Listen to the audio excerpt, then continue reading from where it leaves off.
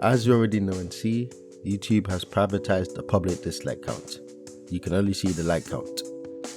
YouTube's reason for this is that they're exploring ways to prevent dislike mobs or coordinated campaigns that artificially inflate the number of dislikes on the video, which can be used to harm smaller creators and spread negativity, which is true to an extent, but that is only part of the reason. However, the explanation is a bit redundant because content creators can still see how many dislikes there are on YouTube Studio. In my opinion, the main reason why they did this is exclusively for large corporations and politics. If a company or political party puts out something that people don't like or don't agree with, the number of dislikes compared to the number of likes will be a testament to that. And these situations usually ends up in articles, memes, or content being made about it. Because of that, their profits and reputations will be harshly affected to the point that they may even lose out on gaining future customers and supporters. While dislike mobs are not great, dislike mobs are not something that happens frequently because there are legitimate reasons why people feel the need to dislike a video. People may say that they dislike a video because they don't like the creator or what they stand for, but that is what the dislike button is for. It allows us to express that. But at the same time, disliking the video because you don't like the creator or what they stand for has to be backed up with a valid reason. You can't dislike the creator just because you dislike them. That's hate. But it's more so what the creator does that makes you dislike it. An example could be that in a video, a content creator spreads misinformation about a person or subject just to boost their viewership. In that case, viewers have every right to dislike it because the content creator has lied to the viewers for self-gain. The same can be applied for what they stand for in the video, especially when it comes to content creators expressing an opinion based on the title.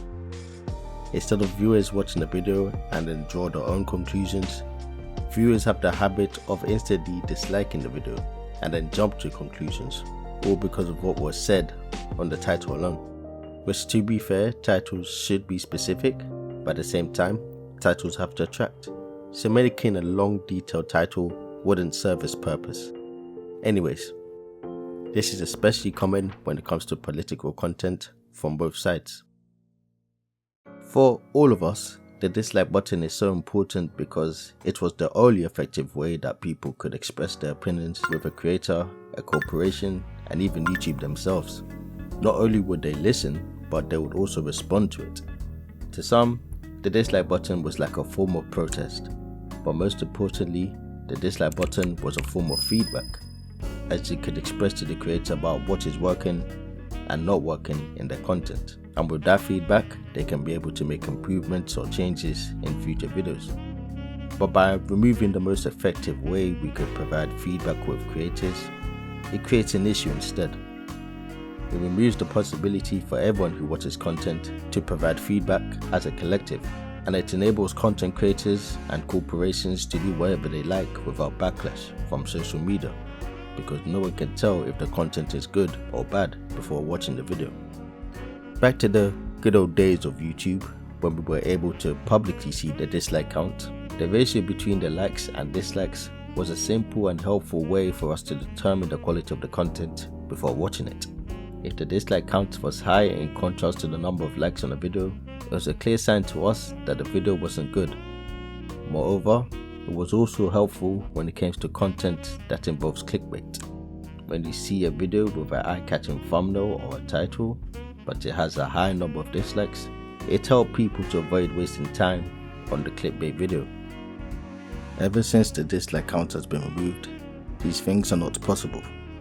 You click on a video expecting and even at times now hoping that the content is centered on the title and thumbnail, but only to discover that the content was never based on the title and thumbnail at all. And this is very, very common amongst a vast amount of YouTube channels. Due to this, the average viewer has not really many alternative methods of finding out what other people think of the content.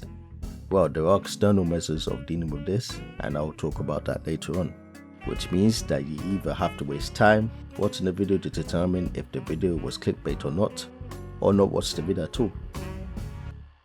Allowing users to provide feedback through the like or dislike button is very important, especially for a platform that provides as much content as YouTube does. But by removing it, it hides vital information and it does not benefit creators in a way YouTube thinks that it does. Although the dislike count is still there, but without the number of dislikes to add more information, i.e. the dislike count to it, it's not really helpful. The thing we need to realize is that the dislike button itself is not negative at all. It doesn't make any negative comments, it doesn't insult anyone. Although the dislike button doesn't say anything, it can also say a lot of things based on our own interpretation. Which is why for some content creators it affects their mental health because they don't know why they get disliked. Even a harmless Faith in Humanity video still gets disliked and we don't know why it does. In a viewer's perspective, they dislike the video because they don't like the way the video was edited, or for something as petty as they don't like how the video keeps getting recommended to them. But from the content creator's perspective, they thought that they got a dislike, maybe because the viewer hated the way they talked. And because of that, they would feel discouraged to make content. Remember when I briefly mentioned external measures of dealing with the dislike count? Let's call it solutions/countermeasures. With the dislike count removed, users have turned to external measures like browser extensions to bring it back, as it estimates and displays dislike counts based on archived data and user contributions. These extensions serve as a workaround for those who still want to assess the collective response to a video, and it has done a great job, especially for this one particular case which I've shown. However, they are not perfect since they rely on limited data resources, and their accuracy may decline over time. But despite these limitations, the popularity of dislike viewer extensions shows that many users still find the dislike count important for evaluating the credibility and quality of the content. Overall, the dislike button plays a vital role in maintaining transparency, improving content quality, and provide a good user experience. Although I understand about the concerns of misusing the dislike button, its benefits greatly outweighs the drawbacks. By allowing users to provide this simple feedback, the dislike button raises accountability among creators and corporations. It also helps shape a better platform for everyone to use. Rather than removing or hiding dislikes, YouTube should focus on improving its feedback system to create a balance on the user's feedback, alongside with a way to protect content creators from harm, which creates a more informed and trustworthy platform.